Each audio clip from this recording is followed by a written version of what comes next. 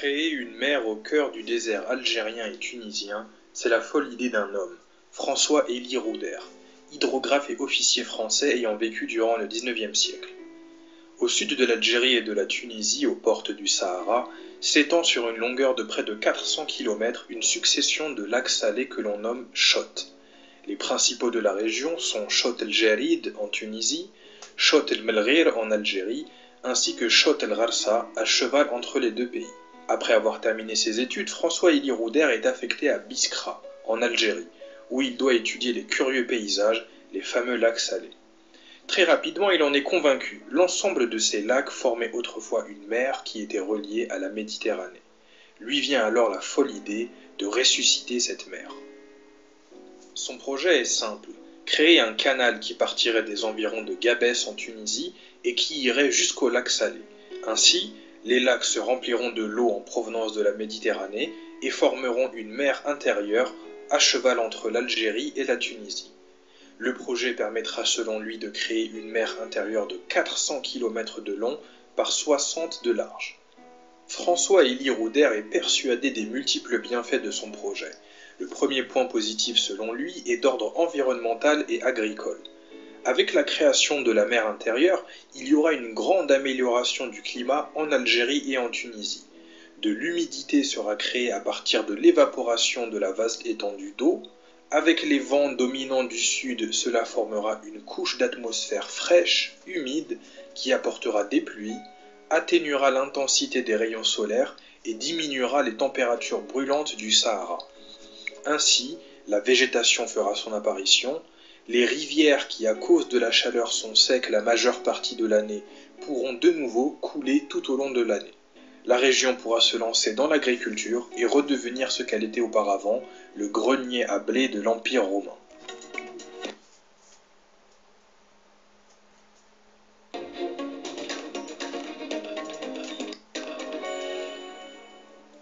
Quand vous vous êtes levé ce matin, la première chose que vous avez faite, c'est sans doute d'utiliser de l'eau.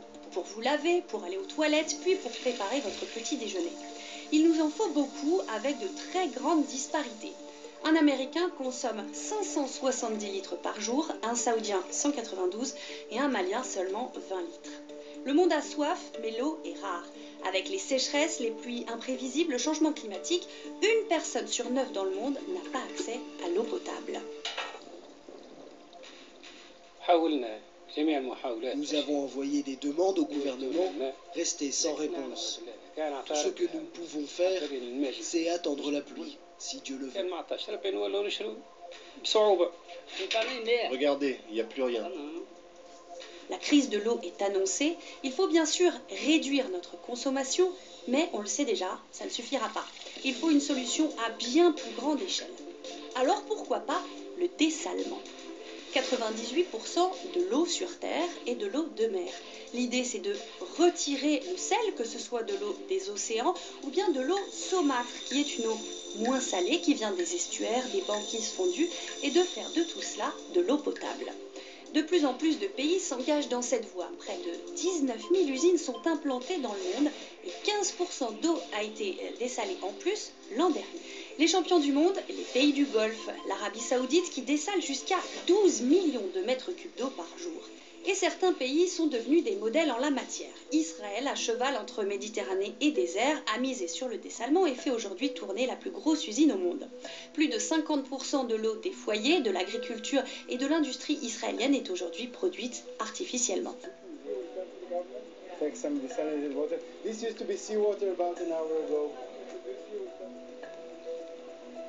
Mais quel est le point commun entre tous ces pays ? Eh bien, ils ont de l'argent, car le dessalement, avec toute la technologie qu'il implique, coûte très cher, comptez environ 2,50 € par mètre cube. C'est 2 fois plus cher que de traiter l'eau de pluie ou les eaux usées. Des coûts trop élevés que beaucoup de pays en développement ne peuvent pas se permettre. Prenez Gaza, le voisin d'Israël. L'Union européenne et l'UNICEF ont financé une usine de dessalement à 10 millions d'euros. Elle a ouvert en janvier 2017, mais elle n'est pas suffisante pour les 2 millions d'habitants. La situation est vraiment très grave. Ce que nous faisons aujourd'hui est un pas en avant dans un très long voyage. Et nous devons avoir bien plus de projets comme celui-là.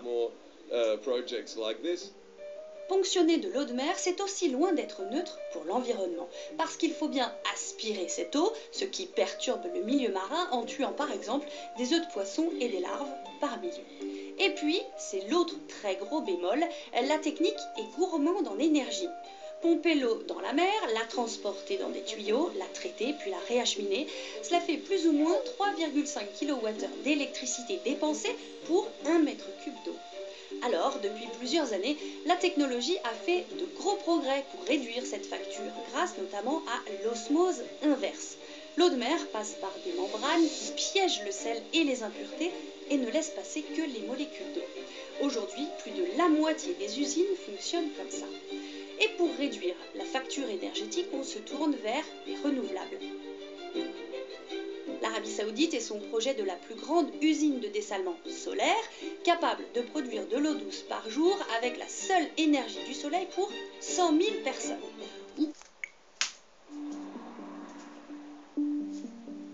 Avec l'épuisement des nappes phréatiques, cette exploitation fonctionne grâce à un puits unique qui pourrait être en train de se tarir. Bonjour, ça va? Aaron Mandel, PDG de la société WaterFX, vient évaluer le problème. Ça, c'est un de nos champs. Nous avons 485 hectares au total. Cette année, nous ne pouvons en cultiver que la moitié à cause du manque d'eau. Notre puits ne peut pas fournir plus. Donc 50% de vos terres sont laissées en jachère. Oui, L'exploitation a besoin d'une nouvelle source d'eau et Aaron pense avoir la solution. Sarah a le même problème que beaucoup d'agriculteurs de la vallée centrale. Le manque d'eau l'oblige à mettre en jachère une partie de ses terres. Mais en fait, elle a toute l'eau nécessaire sous ses pieds.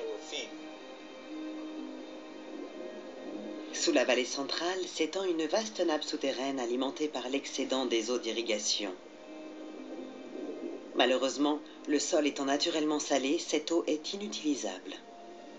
Or, Aaron a inventé une technique qui permet de filtrer le sel pour la récupérer et la réinjecter dans la nappe phréatique. La façon la plus simple de dessaler de l'eau est de la faire bouillir, mais à grande échelle, cette méthode consomme une énorme quantité d'énergie. Ça va s'ouvrir et se fermer suivant la température des panneaux solaires. D'accord. Cette valve est au moins à moitié ouverte. Pour purifier l'eau salée, Aaron et le cofondateur et directeur technique de WaterFX, Matt Stuber, exploitent une source d'énergie que la Californie possède en abondance, le soleil. L'installation que nous avons conçue extrait le sel et permet à ces terres dégradées de redevenir cultivables.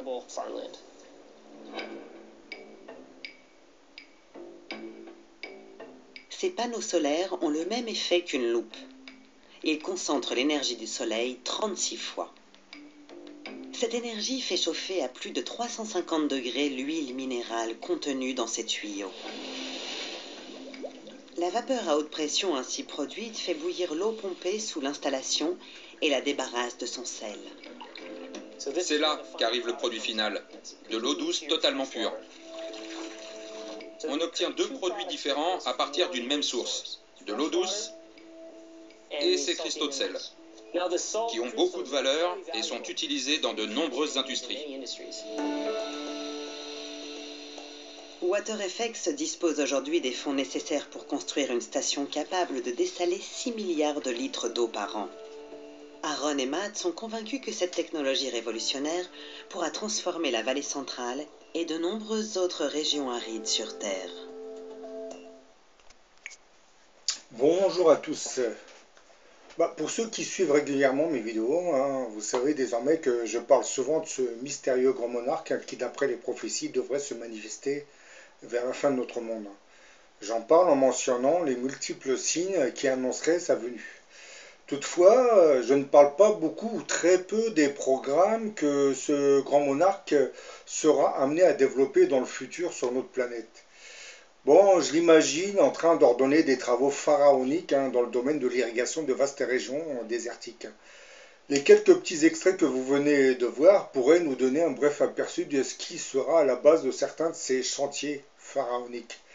Et puis, comme vous le voyez, il va se servir de la technologie qui existe pour lancer un programme d'irrigation de certains déserts, surtout africains, afin de permettre aux populations de mieux vivre. Surtout de développer une agriculture qui leur permettra de ne plus dépendre de l'Occident dans le futur. Les bases théoriques qui donneront naissance à ce vaste programme d'irrigation du Sahara et d'autres déserts, étant en fait, je parle là du Sahara, étant en fait né en 1874. Parce que je pense que le grand monarque va aussi se tourner vers l'Afrique, le Sahara et le désert en Afrique. Donc cette idée était née en fait en 1874. C'est à cette époque que l'officier topographe français François-Élie Rouder fera paraître dans la revue des Deux Mondes un article intitulé « Une mer intérieure en Algérie », dont Jules Verne en tirera en 1905 son roman « L'invasion de la mer ». Convaincu d'avoir découvert une vaste dépression salée marécageuse qu'on appelle les Tchotes, se prolongeant jusqu'au golfe de Gabès en Tunisie, Rouder, soutenu par l'architecte du canal de Suez, Ferdinand de Lesseps, proposera alors de ramener la mer en creusant un canal de 240 km qui partira de la mer Méditerranée et rentrera pour alimenter ces lacs, ces Tchotes. Les Tchotes, englobant le sud de l'Algérie et de la Tunisie, et commençant au pied de la chaîne des Aurès et aux abords du Sahara, s'étendaient à l'époque sur une longueur de près de 400 km, une vaste dépression qui, à la saison des pluies, se transformait en terre marécageuse, voire en petits lacs. La dépression était partiellement couverte de sel cristallisé et se divisait en plusieurs cuvettes secondaires qui étaient désignées par les Arabes sous le nom de Tchot. De l'arabe qui veut dire Tchat, rivage. Rouder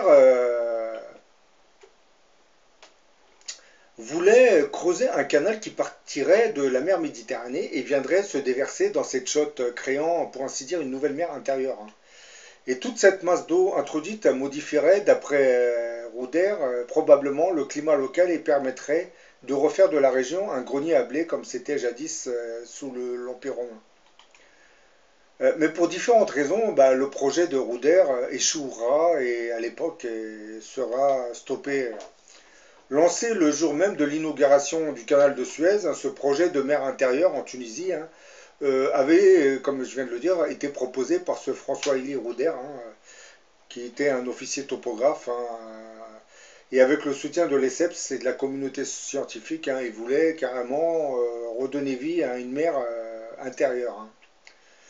Dans l'euphorie générale, le gouvernement français de l'époque chargera donc Rouder d'une série de missions de reconnaissance et de nivellement, et en 1874 dans le Tchot Melrir en Algérie, qui était à moins de 40 mètres sous la mer.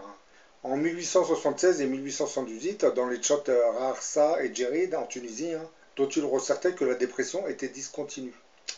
Malheureusement, Rouder constatera que, contrairement à ses espérances, le Tchot El Djerid en Tunisie était entièrement au-dessus du niveau de la mer de plus de 15 mètres. Et le coût d'un canal long de 240 km aurait finalement servi de prétexte au gouvernement français pour ne rien faire, après avoir pris les conseils d'une commission supérieure dite de la mer intérieure. Donc ce programme de mer intérieure sera finalement arrêté, parce que le gouvernement a constaté que c'était irréalisable en réalité, pour l'époque. Cependant, je pense que dans le futur, le grand monarque réactivera ce genre de programme en se servant de nouvelles avancées scientifiques et technologiques acquises depuis. Et étrangement, en 2011, les Tunisiens vont voir arriver un navire du Grand Nord avec une étrange cargaison.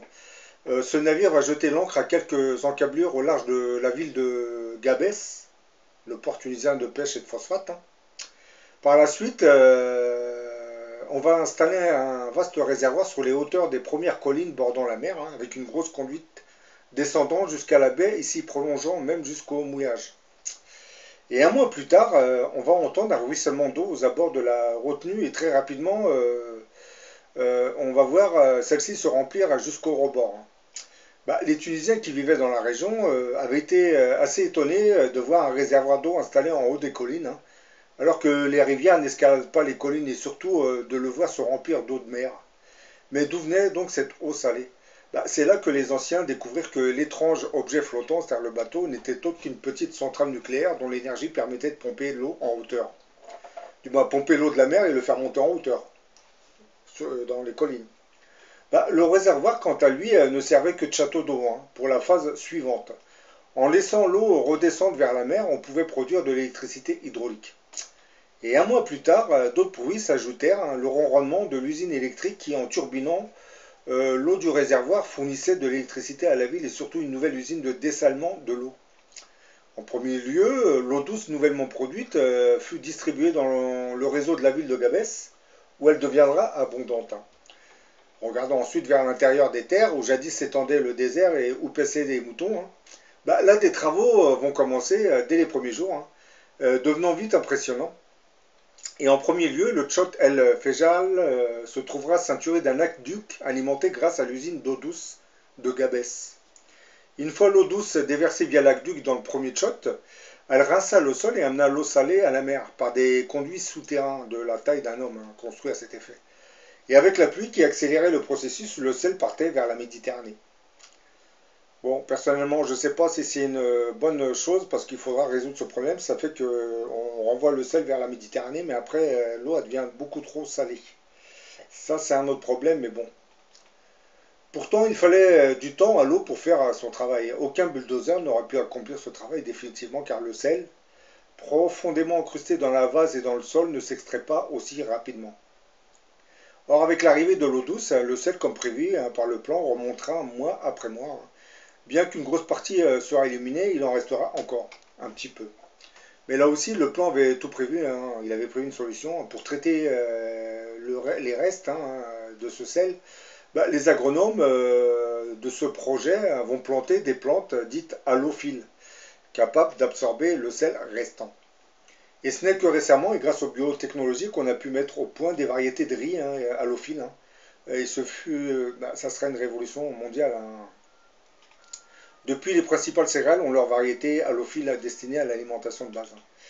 Ainsi, après quelques années de rinçage, un vrai lac s'était substitué au premier Tchot.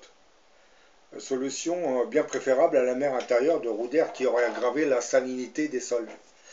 Oui, donc vous voyez, en réalité, le projet de Rouder est très très bien. Mais bon, le problème, c'est qu'il faut faire venir une mer, recréer une mer intérieure, et ensuite prendre de l'eau de cette mer intérieure pour le dessaler et le rentrer à l'intérieur des terres. Donc le projet de Rouder, on ne peut pas dire qu'il n'était pas bon, sauf qu'on ne peut pas faire une mer intérieure en sachant que l'eau de la Méditerranée était salée. Donc il aurait fallu faire des travaux par la suite de dessalinité des sols. Après le Tchot El Fejal, ce fut le tour du Tchot El Djerid et du Tchot El Garsa d'être poldérisés. Bon, poldérisés, vous avez compris, c'est les aqueducs, on ramène l'eau. La disponibilité de l'eau attirait alors les hommes en grand nombre, et c'est là, à l'endroit même où jadis les moustiques pullulaient, que sera fondée Djeridville, la ville hors des mirages. Avec la civilisation viendront aussi les oiseaux et d'autres migrateurs. Une phase indispensable de la révolution dite bleue sera alors lancée. Tout au long du réseau d'aqueducs, des derricks seront disposés non pas pour extraire du pétrole, mais pour y injecter de l'eau dans les profondeurs géologiques, celle qui était produite par l'usine de dessalement de Gabès. C'est ainsi que l'on ranima la nappe aquifère située dans cette partie de ce qui fut un désert aride. Je parle de la nappe phréatique. Et c'est la bonne santé de cette nappe phréatique qui aujourd'hui est la garante de l'agriculture dans la région. Et tout ce travail du côté tunisien n'est pas passé inaperçu du côté algérien. Les Algériens ont vu apparaître des oasis reprendre soudain de la vigueur des couleurs et des souches d'arbres morts reprendre vie. Impressionné par le travail d'irrigation réalisé du côté tunisien, l'Algérie va se lancer à son tour dans sa révolution dite bleue, en fondant Rouderville, les palmiers. Ainsi, au milieu du Tchot Melrir en Algérie, des armées de travailleurs avaient déjà préparé le terrain et un immense réseau de digues quadrillaient l'ensemble de la dépression saline, la réduisant en bassins plus petits. Pour faciliter le travail de dessalement progressif, ils avaient patiemment fait entrer l'un après l'autre l'eau dans chacune des espaces nouvellement créés. Et au cœur du dispositif, une usine de dessalement supplémentaire fut construite pour extraire le sel répandu sur le sol, et qui s'était dissous dans l'eau douce arrivant de Tunisie. Un terrain spécial sera aménagé pour entasser le sel une fois recristallisé, correctement conditionné, il servira comme matériau de soutènement, compris pour la construction de certaines routes. Entre-temps, en Tunisie, au large de Gabès, la centrale nucléaire flottante avait été remplacée par d'autres centrales 10 fois plus puissantes. Et l'eau douce y était produite dans une usine posée comme une île dans le Golfe. Après l'avoir fait flotter jusque-là, pour accueillir les hommes qui y travaillaient, on créa juste à côté un lieu de vie, ville d'Aqua Gabès. Et le changement de puissance et de taille permettait alors de passer à l'une des dernières phases, celle de la construction d'un canal reliant la ville de Gabès en Tunisie à celle de Rouderville en Algérie. Allant du sud de la Tunisie jusqu'en Algérie, ce canal d'irrigation sera conçu comme une rivière artificielle permettant de multiplier les points d'injection nourrissant la nappe phréatique. Comme l'eau domestiquée arrivait généreusement en plein Sahara, les oiseaux et l'homme vont suivre, c'est logique. Et c'est à partir de cette révolution dite bleue que l'Algérie va rétablir une certaine souveraineté. Au lieu d'exporter des hydrocarbures à bas prix, l'Algérie va décider de faire passer le gazoduc par les agglomérations nouvellement créées dans la région des Tchot. Car dans le passé, il allait directement de Hassi et Messaoud au port méditerranéen. Le plan du topographe français François-Élie Rouder de reconstituer une mer intérieure dans le Sahara était certes ingénieux, mais il aurait augmenté, comme je l'ai dit tout à l'heure, la salinité des sols. C'est pour cette même raison que celui qu'on appellera dans le futur le grand monarque, alias le Mahdi, développera un programme encore plus ambitieux. C'est-à-dire, lui, il va reprendre l'idée de ce topographe français, Rouder, mais bon, il créera, certes, il va peut-être créer une mer intérieure, mais bon, ensuite, il va désaliniser l'eau. Grâce à la technologie de l'énergie solaire, il alimentera en énergie électrique des stations de dessalement d'eau de mer. Une partie de ces eaux sera envoyée aux populations civiles, mais l'autre viendra alimenter tout un réseau de canaux qui s'étendront sur des centaines de kilomètres dans le désert. De ces énormes canaux alimentés en eau douce sortiront de plus petits canaux qui irrigueront en eau de nouvelles terres qui deviendront fertiles. Les forêts qui naîtront dans les déserts, dans le futur, je parle, se développeront grâce à cette technologie de l'irrigation par canaux. Bien entendu, cet apport d'eau et de végétation va humidifier la région, ce qui provoquera des pluies beaucoup plus conséquentes, et modifiera progressivement l'aspect du désert que les Africains connaissent, surtout celui du Sahara. Puisque grâce à ce programme d'irrigation, grâce à cette eau douce, on va pouvoir développer une nouvelle agriculture, comme Israël le fait actuellement dans son pays. Ça, c'est qu'un aspect des programmes probables que ce grand monarque fera dans le futur. Puisque, comme vous le savez, vu les petits extraits que vous avez vus, nous avons acquis une science et une technologie qui permettrait de faire ce genre de travail. Et ce grand monarque, je pense qu'il sera le seul à pouvoir mobiliser des millions de personnes pour pouvoir travailler sur ces programmes. Parce que je pense qu'il va lancer des programmes pharaoniques, mais sur une échelle planétaire. Donc c'est pas, il ne va pas travailler que sur un pays, mais ça sera conçu sur une échelle planétaire. Parce que comme je l'ai dit dans beaucoup de mes vidéos, ce grand monarque, c'est l'œuvre de Dieu. Donc si Dieu l'a envoyé sur cette planète, c'est pour accomplir certains de ses desseins. Donc ce problème d'irrigation des déserts, s'il va le mettre en route, c'est parce que c'était dans la planification des desseins de Dieu. Et je pense qu'il réussira à transformer certains déserts en oasis, en terres très très fertiles, qui permettront à beaucoup de pays de commencer à développer une agriculture et qui permettra de faire vivre leur propre population. Parce qu'aujourd'hui, vous savez que les 3/4 des pays africains ne dépendent que de l'alimentaire qui provient d'autres pays. Puisque ces pays africains, en réalité, sont riches en gisements miniers, mais comme vous le savez, ils sont pillés par certaines multinationales européennes et américaines, qui, eux, viennent se servir j'allais dire gratuitement, presque. Parce qu'ils ont tendance à déclencher des guerres pour affaiblir les gouvernements en place, hein, et pour leur faire du chantage, hein, pour qu'ils leur vendent des gisements, des minéraux moins chers. Bon, voilà, j'en ai fini avec cette petite vidéo, hein. Je l'ai faite pour vous dire que je pense, j'en suis pas sûr, mais je pense que ce grand monarque développera ce genre de programme dans le futur, hein. Actuellement, on est sur tout ce qui se fait actuellement. C'est un peu une répétition avant que le grand monarque ne lance ses programmes et ses chantiers pharaoniques. Lui, il va, comme je viens de vous le faire voir dans cette vidéo, j'ai fait une petite compilation. Dans le futur, c'est exactement ce qu'il fera. Il fera une synthèse de toutes les nouvelles technologies et les nouvelles sciences qui ont été faites. Et en faisant une synthèse de tout ça, il va développer son programme d'irrigation de certains déserts. Bon, je vous dis à la prochaine pour une autre vidéo.